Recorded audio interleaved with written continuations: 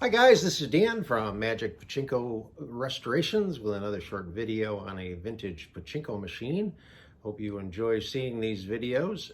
If you're new to the channel, let me just explain real quick. Every time I restore a pachinko machine, whether it's for a customer or one of my own, I make a video of it. For the customer's sake, they get a chance to see and hear me tell what I've done to their machine. It also gives me a chance to explain how to load the machine properly and do a little troubleshooting on it. So that's basically why I make the videos. For you that are out there that are looking for more information on how pachinkos work and so on and so forth, look around. I've made a lot of instructional videos and certainly will make more if anybody comes up with a question we haven't covered. The easiest way to contact me is through the website, magicpachinkorestorations.com. Go into the contact section and leave me a message. If you leave your phone number, I will call you right back as soon as I get it.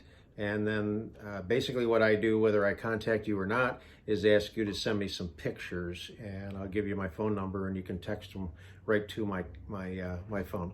Okay, so today we have a 1975 Nishijin Model B. This is one of my favorite styles of the Nishijin Model B, with the green scroll work and the orange and with the chrome accents down there. I just think that's just really pretty, especially when it's all cleaned up, which obviously it is now. This was a complete restoration with a new play field.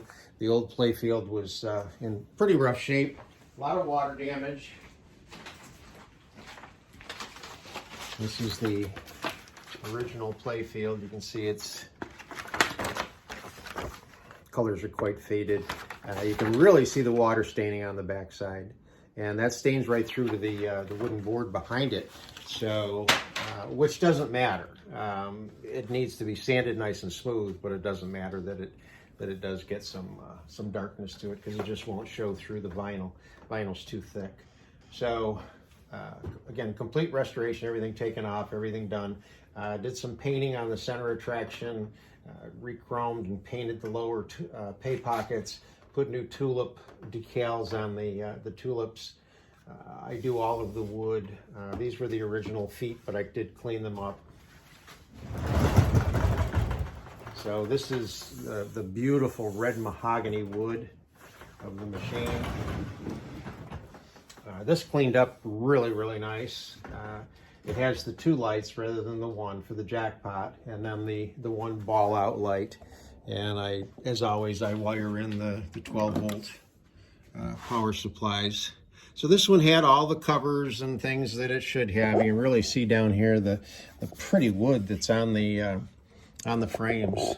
I don't know why somebody wouldn't restore the frames, but there are some folks out there that just don't bother with the wood. I mean, you don't see it if you mount it in a cabinet, but if it's freestanding, you see it. So when you go to load one of these, very typical of a Nishijin Model B, you want to make sure that the dump chute is locked. This is the release here, which allows all the balls to go out of the machine. So you want to make sure this little tab is over and interfaced with this piece right here. So this is what I'm talking about, right in here. Again, that's the release, and that locks it, okay? All right, so make sure that that is set, and then we're ready to put some balls in. Let me plug it in and get the ball out light to come on. And as always, you want to make sure that even though you just double checked it, everything is okay. So just take a handful. And they should run all the way through the system, get into the center chamber, and stop.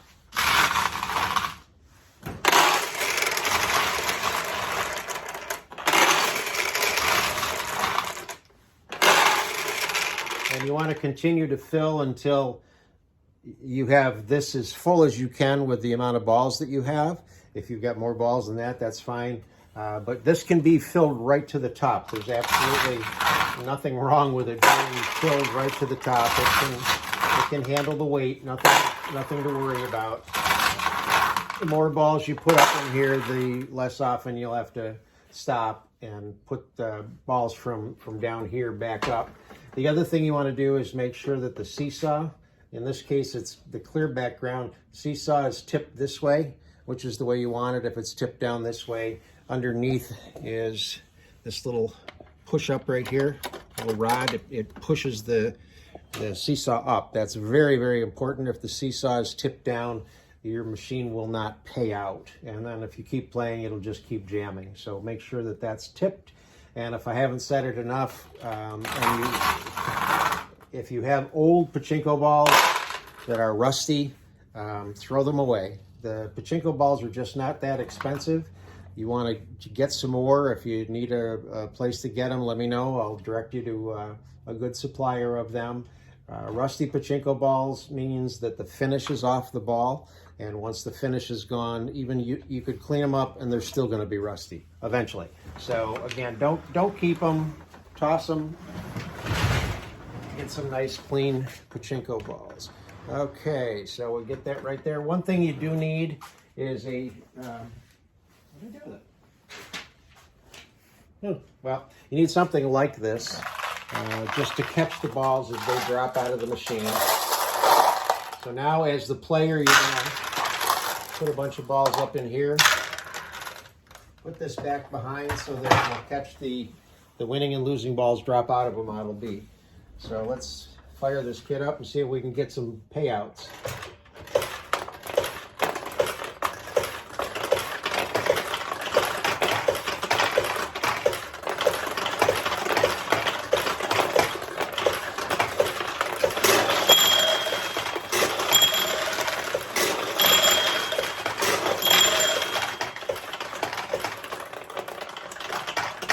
Now we had a little flurry of activity.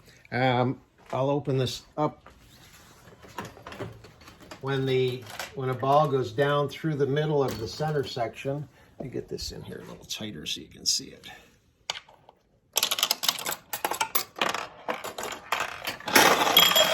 It travels all the way down through, opens these two tulips. It'll turn these on the way down, and it also will wiggle the shark's lower teeth, which is kind of cool. Watch it again. There you go. And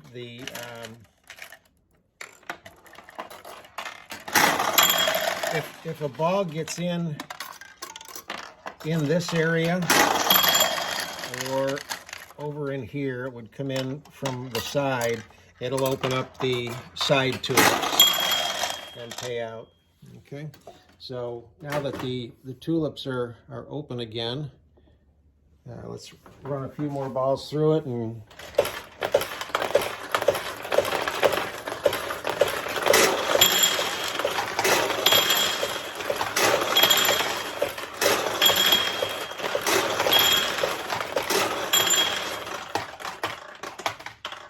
okay, so ball out light has come on. That means the hopper doesn't have enough balls in it.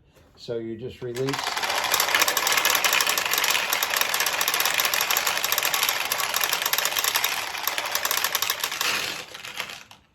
Just grab and go right up over the top.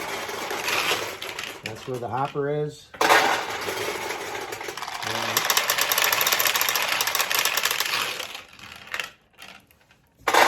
Once you have enough in there, the light will turn off and you can keep on playing. So that's the 1975 Nishijin Model B.